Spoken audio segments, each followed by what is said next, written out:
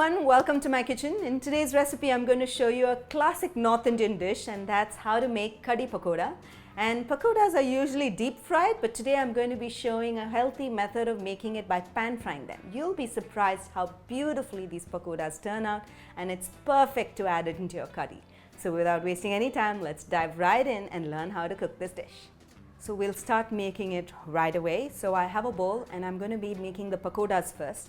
Into this I'm going to add in the besan, also known as the gram flour,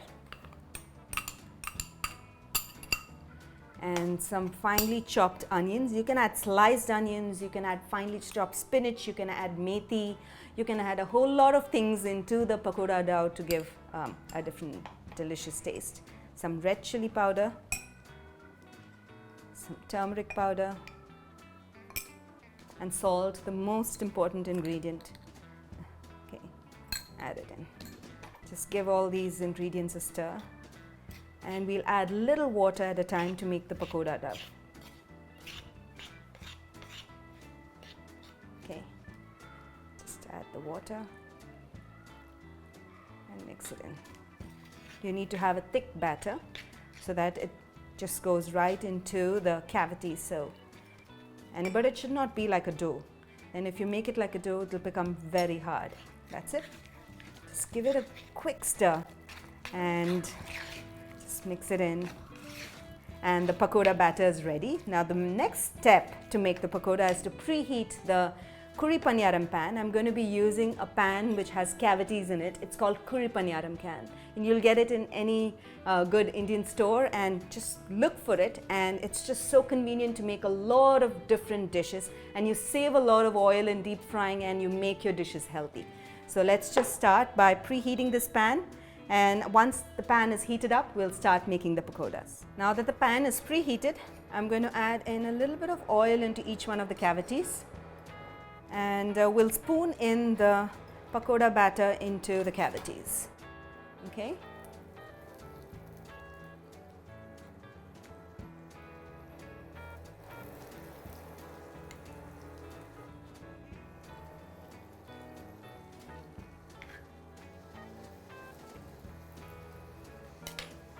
And we'll allow the pakodas to cook through. You will notice that after a few seconds the tops start getting cooked and it doesn't look raw anymore, and that's when we'll flip it over and cook it on both sides. Additionally, you can drizzle some more oil if you want the pakodas to be crisper, but since we're going to add it into the curry, it's not going to make any difference. So we can just allow it to cook in this much oil and it'll just get the perfect softness as well. So we'll just wait until the top steams and then we'll flip it over. The tops have steamed. Took about a minute for the tops to steam. At this stage, I'm going to use 2 spoons so that you can support them and then flip it over. Notice the bottom is done nicely, so I'm just going to press it down a little bit so the inside gets cooked, and we'll just flip each one of them over and give it a light squish. Okay, so inside of the pakodas get cooked as well. Perfect. I like the color that it's getting, and it's getting perfectly roasted. I can see the bottom halves getting crispened already.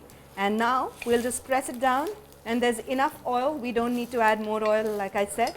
So in another minute the pakodas will be done as we keep squishing them down, and once it's done we'll just place them by the side and make the curry.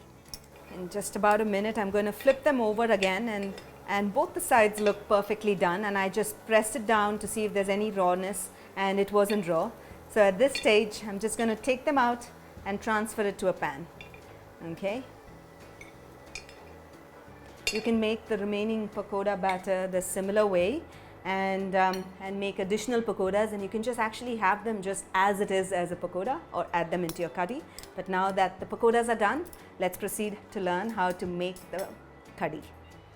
Now to make the curry, into a mixing bowl, I'm going to be making it directly onto the saucepan where I'm going to cook the curry, right? So make sure that the pan that you cook the curry is high walled, because you'll be adding a lot of water, and then you'll be whisking it so it sort of protects the splash that happens around. So into my high walled pan, I'm going to add in the besan, gram flour, okay, and dahi, which is yogurt, which is not salted, just plain homemade yogurt, which Sometimes a little sour yogurt also tastes nice for curry. To this, we'll add in the salt, turmeric powder, and red chili powder. The curry ingredients are really basic. A lot of times you can add some sauteed onions and garlic as well into this, and it tastes brilliant. So if you wish, you could go ahead and add that, but most often I add those ingredients when I'm not adding the pakoda into the curry, right? So it's just when you're making a plain curry, then you can add some slightly sauteed onions and garlic, and your curry will taste brilliant.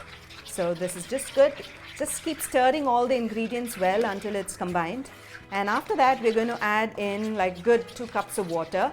Punjabi curry is a little more thicker than the Gujarati and the Marwadi curries. So we're going to make sure that we add water as desired. So till we get the right thickness. And it all depends upon the thickness of the yogurt that you have as well. So there's no science that you add this much of water and this X amount of water, but it depends upon the consistency that you want and you like in your curry, and then you adjust accordingly. So now that this is all combined, I'm going to place it in the heat, and the curry has to simmer and boil for a good 10 minutes. Only then the flavors of the besan and the dahi and all come through. So we're just going to do that. I'm going to place it on heat and allow it to simmer for a good 10 minutes.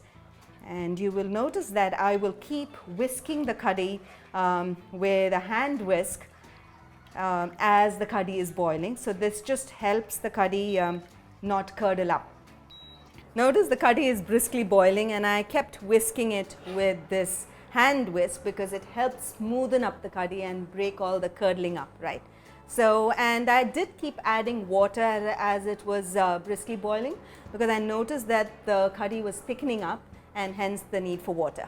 At this stage, I'm going to turn off the heat, and I'm going to add in the curry pakoda and simmer it. But remember one thing, only add the curry pakoda just before you're ready to serve. So when you're ready to serve, you can keep the curry ready, boiled up, and but when you're ready to serve, put it back on heat again, bring it to a brisk boil, and then add in the pakodas. Because otherwise the pakodas will get soggy when you're going to eat, and then it'll all get, you know, mashed up into the curry. So that's the only thing. So when you're ready to eat, just give it a brisk boil, and we'll add the tadka, and it'll be done.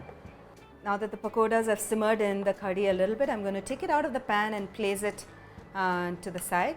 And I'm going to take a small tadka pan, right?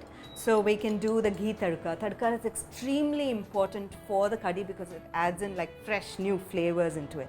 And the tadka has to be done with ghee. There is no choice about it. And because ghee adds a whole different dimension to the curry in taste. Okay, I'm going to add the ghee into this, wait for it to get preheated, and once it gets preheated, we'll add in the ingredients for the seasoning. Now that the ghee is preheated, I'm going to add in the cumin seeds, the jeera, into it. And in fact, there's a whole lot of ingredients that you can add to give flavors. I'm going to add dried red chillies and some cinnamon, broken cinnamon sticks. We're going to stir all of these in until they get roasted well. Keep the heat in low so that the flavors of cinnamon seeps into the ghee, and that brings fantastic taste to the curry, right? I can already smell the cinnamon that's coming out. It's fantastic. And don't let it brown too much. At this stage, I'm just going to tear in some curry leaves and roughly tear it up and add it in. That's it. Once this is done, I'm going to take this and pour it into the curry.